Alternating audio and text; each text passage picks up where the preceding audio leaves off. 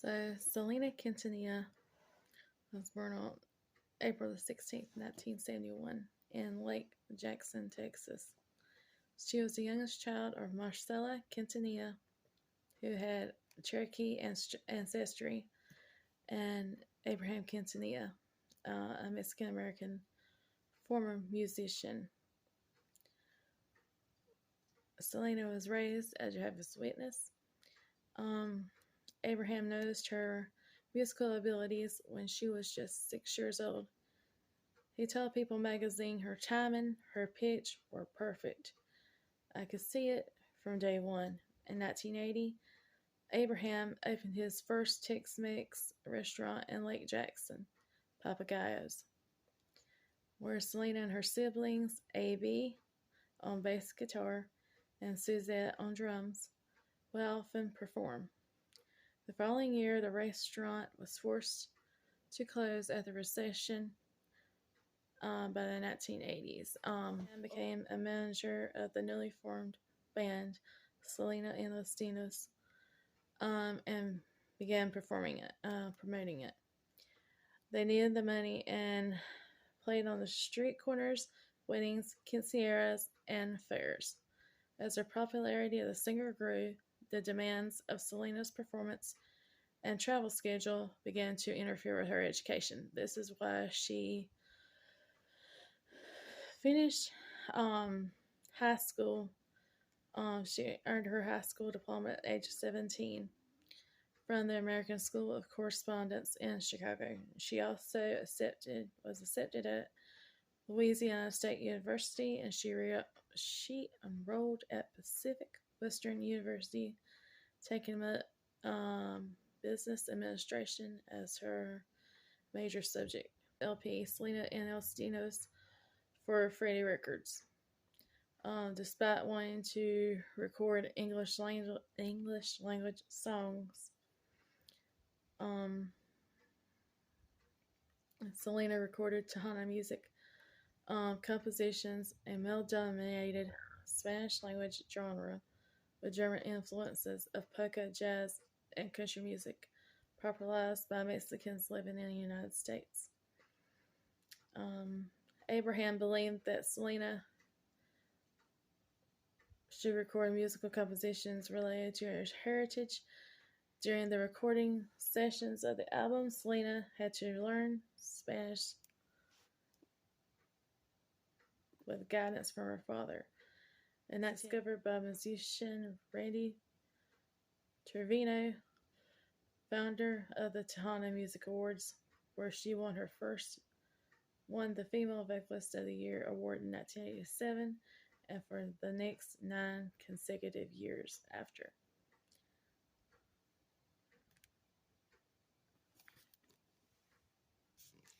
Jose Behar, a newly formed label EMI Latin Records, together with the new head of Sony Music Latin, watched Selena perform at the 1989 Tejano Awards. Behar was searching for new Latin acts and wanted to sign Selena to EMI's label, Capitol Records, while Sony Music Latin offered Abraham twice. Capitol signed him, chose EMI Latin's offer because of the potential for a crossover album, and wanted his children to be the first musicians signed to the label. Before Selena began recording her debut album, Behar and Stephen Finfer requested a crossover album for her. She recorded 3 English language compositions from the heads of EMI's pop division, and there was a request for a crossover album was denied, and Selena was told she needed a bigger fan base to sell such an album. Behar thought the EMI Records and the public did not believe that a Mexican-American woman could have a crossover potential, but she did. Eventually, Selena released her first debut album on October 17th, 1989, and the singer recorded most of the songs at Amen Studios in San Antonio, Texas.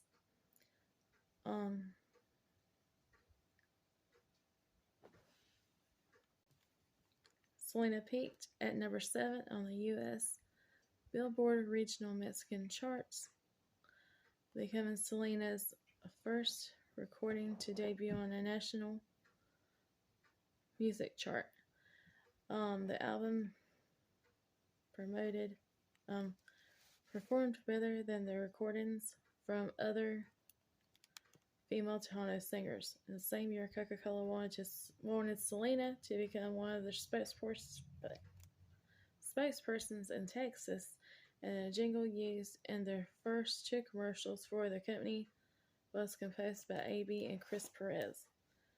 The latter of whom had joined Selena and Ostinos several months earlier as the band's new guitarist. Perez began having romantic feelings for Selena despite having a girlfriend in San Antonio. Did not know that part. After a trip down to Mexico with the band, Perez thought it would be best for them to distance themselves, but he found that impossible and chose to try to build a relationship with her. They expressed their feelings for each other at a Pizza Hut restaurant. Shortly afterward, became a couple, and Perez and Selena hid their relationship from their father, and you can see that played out in the movie.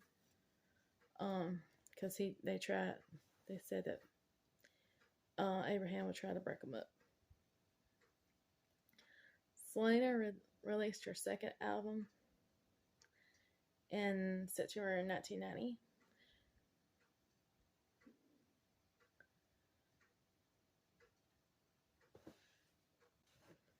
And it was certified platinum, donating sales of 150,000 units.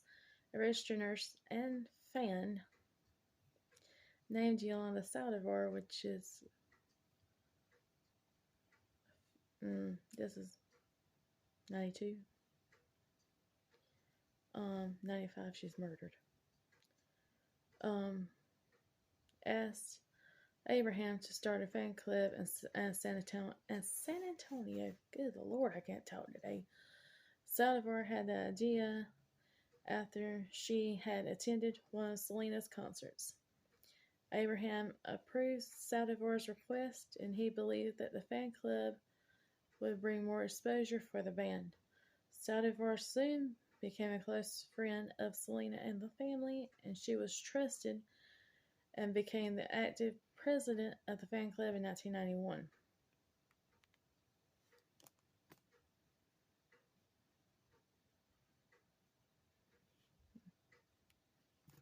Selena's sister Suzette claimed she caught Selena and Chris flirting with each other, and immediately informed their father, and Abraham took Perez off the bus and told him his relationship with Selena was over. Selena and Chris Perez continued their relationship despite Abraham's disapproval. Selena's mother, Marcella, approved of the relationship, and Abraham saw Selena and Chris Perez romantically together on the bus after he informed them of his disapproval. It pulled over, and an argument between him and Selena ensued. He called Chris Perez a cancer in my family and threatened to disband the group if they continue their relationship. And all this, you see it played out in the movie. Selena and Chris Perez relented, and Abraham fired Perez from the band and prevented Selena from leaving with him. After his dismissal, Perez and Selena secretly continued their relationship, and on the morning of April 2nd, 1992, Selena and Chris Perez decided to elect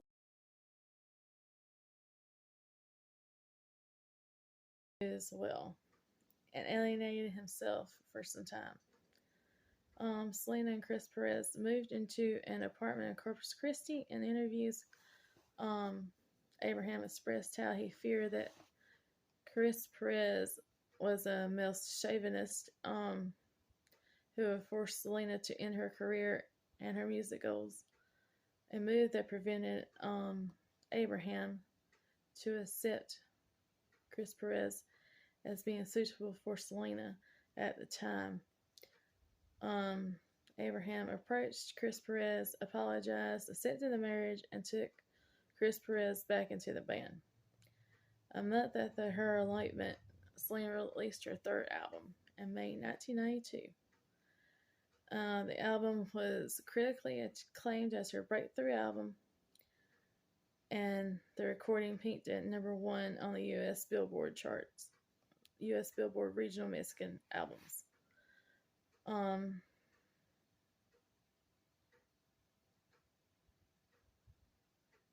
Selena booked a high-profile border press tour in Monterrey, Mexico, with the music media figures in a meet and greet conference. At the time, Tejanos were looked down on as Mexican citizens. The singer's Spanish was far from fluent because she did not speak in Spanish. She spoke in regular English. But she was around people, and you can see that in the film. After her press tour, Selena was booked to play several concerts throughout Mexico. And her performance on September 17th, 1993 was attended by 70,000 people. Holy Jesus.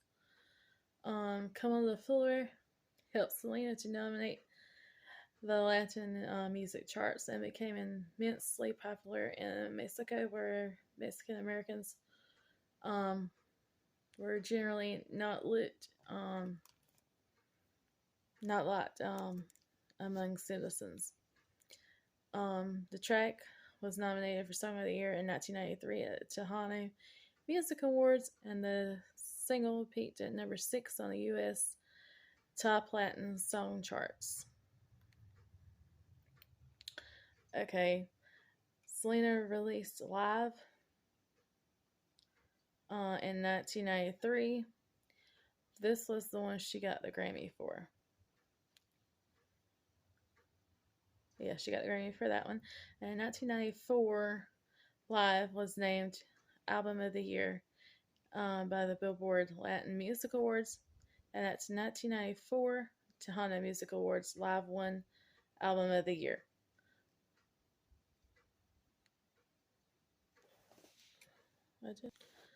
This is now where we're getting into the Selena Boutique. Aside from music, in 1994, Selena began designing and manufacturing a line of clothing. She opened 2 boutiques called Selena, etc., one in Corpus Christi and the other one in San Antonio. Both were equipped with in-house beauty salons. By the end of 1994, Selena, etc., had held 2 fashion shows to showcase their clothing line. Selena, alongside her band Selena y Latinos, held a concert at Selena's second fashion show on December 3rd, 1994 in San Antonio. She was in negotiations to open more stores in Monterrey, Mexico, and Puerto Rico. Saldivar managed both boutiques after the Quintanilla family were impressed with the way she managed the fan club. Oh, Lord. Hispanic business magazine reported that the singer earned over $5 million from these boutiques, and she was ranked among the 12 wealthiest Hispanic musicians who grossed the highest income in 1993 and 1994. Selena released her fourth album in March 1994, and it ranked number 3 on the Billboard Top Latin Albums. It also sold 500,000 copies. So, this is something.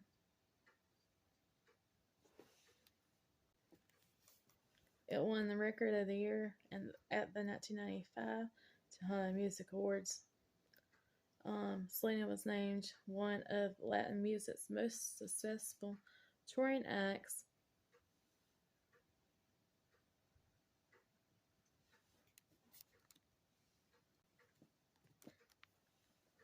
So with all this going on and the boutiques open, 8 months later, Selena signed Saldivar as her registered agent in San Antonio, Texas. After the agreement, Saldivar moved from San Antonio to Corpus Christi to be closer to Selena.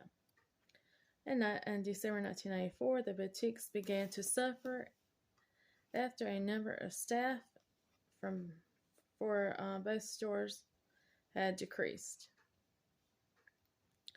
According to the staff members, Saldivar often dismissed employees she disliked. So she didn't like the employees of the stores. She fired them. Employees at the stores regularly complained about Saldivar's behavior to Selena, who dismissed the claims, believing Saldivar had not negatively imposed erratic decisions on Selena's fashion venture. According to Abraham, the staff later turned their attention to him and began informing him that Saldivar's behavior. Abraham took the claim seriously, and he told Selena to be careful and said Saldivar might not be a good influence. Selena dismissed her father's inquiries because he had often distrusted people in the past. By January 1995, Selena's fashion designer, Martin Gomez, her cousin Deborah Ramirez, and clients had expressed their concerns over Saldivar's behavior and management skills. During an interview with Saldivar in 1995, reporters from the Dallas Morning News said her devotion to Selena bordered on obsession. According to Abraham, in January 1995, he began receiving telephone calls from fans who said they had paid for their membership in the Selena fan club and had received nothing in return for it, and he began an investigation. Abraham discovered that Saldivar had embezzled more than $30,000 via forged checks from both the fan club and the boutiques. Abraham held a meeting with Selena and Suzette on the night of March the 9th at Q Productions, which was owned by Abraham and AB, I believe, to confront Saldivar. Abraham presented Saldivar with the inconsistencies about the disappeared funds. I get tongue-tied here. Funds. And Abraham told her if she did not prove evidence that disproved his accusations, he would involve the local police. Abraham banned Saldivar from having any contact with Selena. However, Selena did not want to dissolve their friendship, and she thought that Yolanda was essential to the success of the clothing line in Mexico. Selena also wanted to keep her close because she had bank records, statements, and financial records just necessary for tax preparation. Yolanda had all of it. And in the days before Selena's death, Saldivar delayed handing the bank statements financial records by saying that she had been physically and sexually assaulted in Mexico.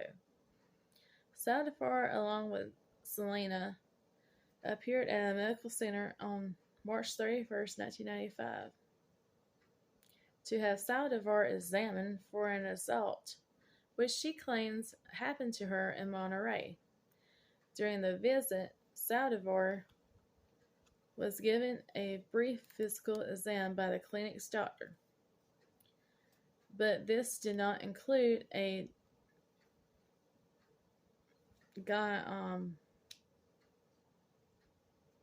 gynecological exam, specifically done in the cases of sexual assault. It was suggested by nurse Carla Anthony that Saldivar needed to have the rape exam in San Antonio for 3 reasons. Saldivar was a resident of San Antonio. The clinic that they currently was in Corpus Christi, and the assault happened in Mexico.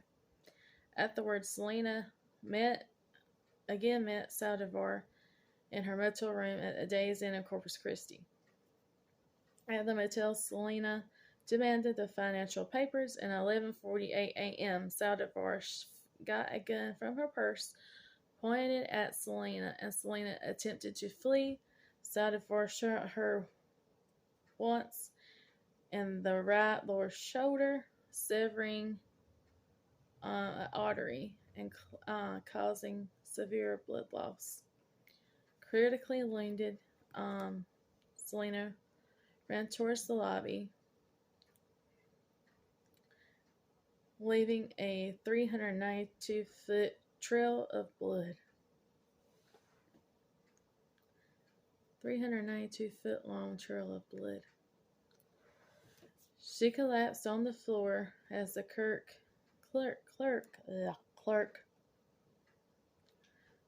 called the emergency services and Coming up on the Night Beat, the woman accused of killing Selena may in fact have been her closest colleague and best friend. Case at 12 unravels the mystery of the Tejano superstar's untimely death. Also happening tonight, a co-worker of the woman accused of the murder of Tejano singer Selena gives us an inside glimpse into the life of the woman accused. Plus, time may be running out for Kato Kalin and his 15 minutes of fame. The Case at 12 News Night Beat begins right now. This is the Night Beat on Case at 12, San Antonio's #1 10 o'clock news. Good evening, I'm Denise Valdez. I'm Jeff Brady. Here's what's happening tonight. A woman who is nearest and dearest to Tejano singer Selena has been charged with killing her and is being held on a $100,000 bond. 34-year-old Yolanda Saldivar was arrested late yesterday after a 9-hour standoff with police. Crowds cheered as Selena's alleged killer gave herself up to authorities. She's accused of shooting Selena once in the back with a .38 caliber revolver. Saldivar was one of Selena's closest and most trusted friends.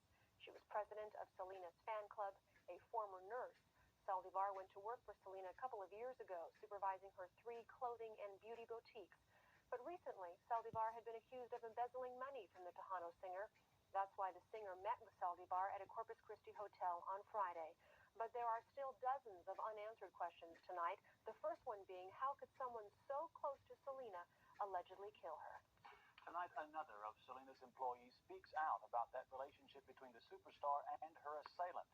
Ironically, she says Selena trusted no one more than the woman who allegedly used a bullet to silence the Tejano singer forever. Marlo Martinez knew Selena as more than a boss. As a nail technician at the Broadway boutique, she befriended the pop star, but always understood Yolanda Saldivar was Selena's #1 employee. That was her best friend. She made it clear that that was her best friend. That was her eyes. That was her ears. And she couldn't be there. We were to contact Yolanda. And Saldivar, says Martinez, completely idolized Selena. She was a fanatic. She has a, collection like you wouldn't believe. of Selena. She collected everything of Selena. But in just the last few weeks, that relationship evidently began falling apart. All the women working under Saldivar and her manager at the boutique complained about a lack of supplies, suggesting to Selena the money was going elsewhere. What she was hearing from all the girls, it was all the same story, everything. And Yolanda still, at that point, said, no, it's not like that, Selena. And Selena said, what do you mean it's like that? And she said a Spanish word, escúchame. Which means listen to me. That evidently was the beginning of the end. Selena's final meeting with Saldivar on Friday was supposedly an attempt to make peace, but peace never came. Jeff Brady, KSAT 12 News. With Selena gone and her assailant in custody, fans and family are left with her memory and her music. Jesse Degollado visited Selena's recording studio and her hometown, where she is especially loved and missed. We can't believe this happened to someone like her. That's why we had to come here to make ourselves believe that she's gone. I realized when I was watching the news all night long that it's not a fake. It's real. She's gone. Like Selena, Valerie Segovia grew up in Molina, a working-class neighborhood where simple, heartfelt tributes adorned the fence surrounding the Tejano star's home. A seemingly endless line of cars have been driving past Selena's house to pay their respects, along with the others who have come here. Among them, another neighbor who recalls Selena's urging young people to stay in school. And so now I'm going to go back to school. I dropped out, and I'm going to go back. And I'm going to go to college, and I'm going to be somebody because she said I could do it. And now that she's gone, I'm going to do it even more for her. They hope their presence here is of some comfort to Selena's family, like her husband, Chris Perez, a member of her band who was understandably silent and subdued. Others embrace her fan of a lifetime, Selena's father and manager. She never forgot where she came from. Selena was an artist del pueblo, the masses, la gente pobre. If only the tape in Abraham Quintanilla's hands could mend their hearts, torn apart apparently at the hands of Yolanda Saldivar. Selena's father says they had confronted her recently about the theft of thousands of dollars from his daughter's fan club and chain of clothing boutiques. She said they're cool as a cucumber. No emotion, never tried to deny anything, this and that. But Quintanilla says they never suspected she'd do anything violent. He says Selena and her husband had gone to the Days Inn Thursday night because Saldivar was turning over some financial records. But Friday morning, Selena made the fatal mistake of returning there by herself to pick up missing bank statements. I think she lured her over there. She already had plans. And why would she have a gun? Now, he says, she'll have to answer to the law and to God. Despite his heavy burden, Selena's father offered to show me her new recording studio, where she had just begun cutting songs for her first English crossover album. Would you like to hear a piece out? Yes.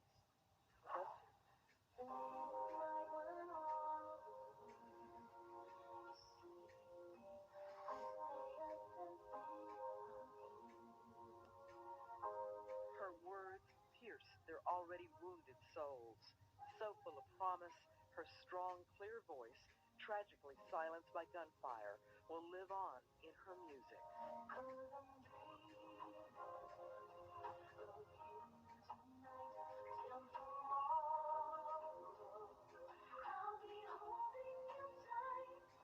I know that we'll surely miss her. I know the fans will miss her too.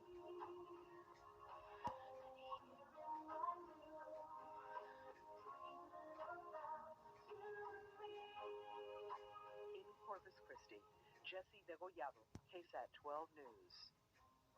If you would like to pay your last respects, there will be a public gathering tomorrow in Corpus Christi.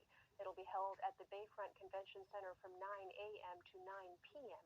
There will be a private graveside service on Sunday.